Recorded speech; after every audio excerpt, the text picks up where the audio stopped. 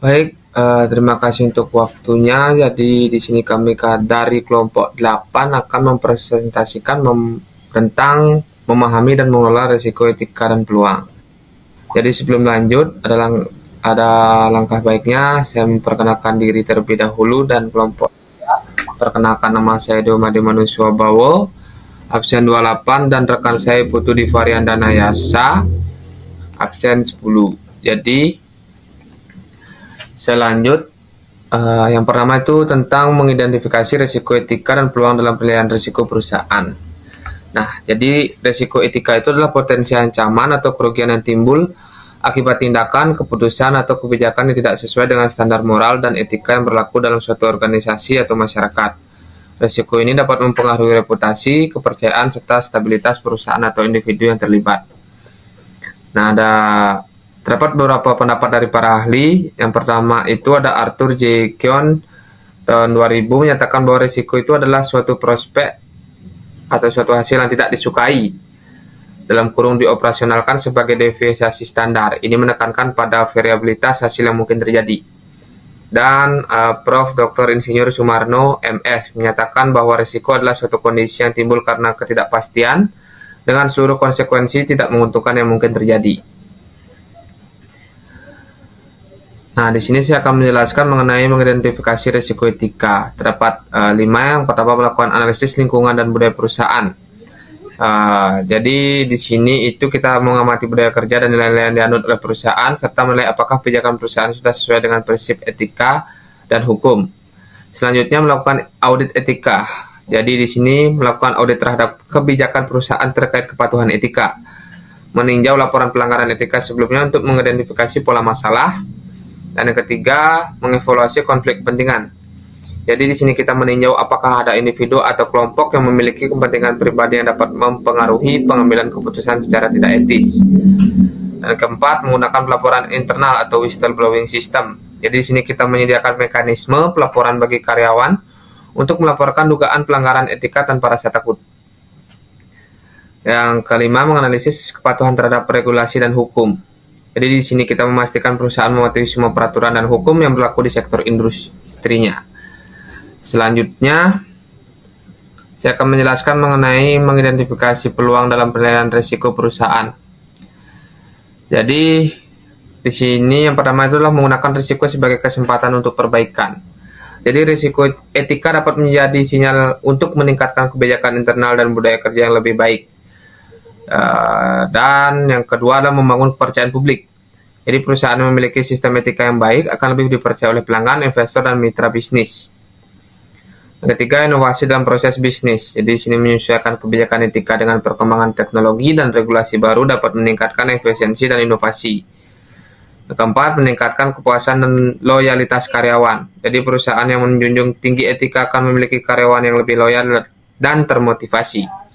Yang kelima, menarik investor dan mitra bisnis. Jadi, investor cenderung lebih tertarik pada perusahaan yang memiliki tata kelola yang baik serta transparan.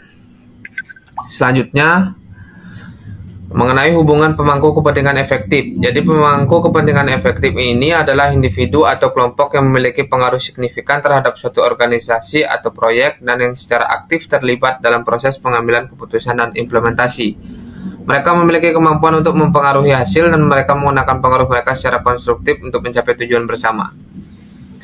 Jadi ada beberapa karakteristik pemangku kepentingan efektif. Yang pertama itu memiliki pengaruh yang signifikan. Yang kedua, terlibat secara aktif. Yang ketiga, memiliki pemahaman yang mendalam.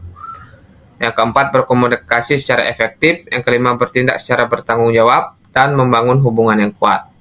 Jadi di sini saja materi yang dapat saya sampaikan. Selanjutnya akan dijelaskan oleh pemateri selanjutnya, yakni Diva. Terima kasih. Selanjutnya ada tantangan etika di tempat kerja.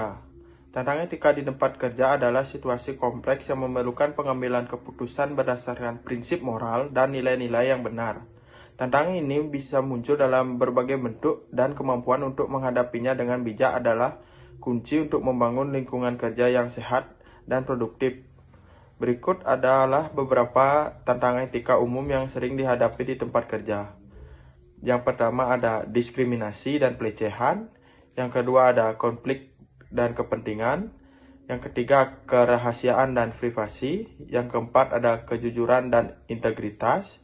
Yang kelima, ada tanggung jawab sosial perusahaan. Yang keenam, dilema etika terkait teknologi. Selain itu, ada pun cara menghadapi tantangan etika tersebut. Yang pertama, ada mengenali nilai-nilai etika. Yang kedua, meninjau kebijakan perusahaan. Yang ketiga, berkonsultasi dengan pihak yang berwenang. Yang keempat, mempertimbangkan dampak keputusan. Dan yang kelima, ada mengikuti intuisi. Dan materi yang terakhir ada manajemen krisis. Manajemen krisis adalah proses sistematis dalam mengidentifikasi, merespon, dan memitigasi dampak dari suatu krisis yang mengancam keberlangsungan suatu organisasi atau perusahaan. Krisis dapat berupa peristiwa yang tidak terduga yang berdampak negatif terhadap operasional, keuangan, reputasi, atau keberlanjutan bisnis. Krisis ini dapat muncul dari berbagai tindakan yang dianggap tidak etis seperti penipuan, korupsi, eksploitasi pekerjaan, pencemaran lingkungan, atau penyalahgunaan data pelanggan. Jenis-jenis krisis. Yang pertama ada krisis finansial. Yang kedua ada krisis operasional. Yang ketiga ada krisis reputasi. Yang keempat ada krisis teknologi. Dan yang kelima ada krisis sumber daya manusia. Selanjutnya ada contoh manajemen krisis dalam berbagai industri. Yang pertama ada perhotelan. Yang kedua ada pajak dan keuangan. Dan yang ketiga ada bisnis kecantikan. Yang ketiga, strategis manajemen krisis yang efektif. Yang pertama ada komunikasi transparan.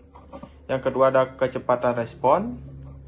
Yang ketiga ada kolaborasi dengan tim dan pakar. Dan yang terakhir ada evaluasi dan perbaikan. Dan yang keempat, tahapan manajemen krisis. Manajemen krisis umumnya terdiri dari 4 tahapan utama, yaitu yang pertama ada identifikasi dan pencegahan. Yang selanjutnya perencanaan dan persiapan. Yang selanjutnya respon terhadap krisis. Dan yang terakhir pemulihan pasca krisis.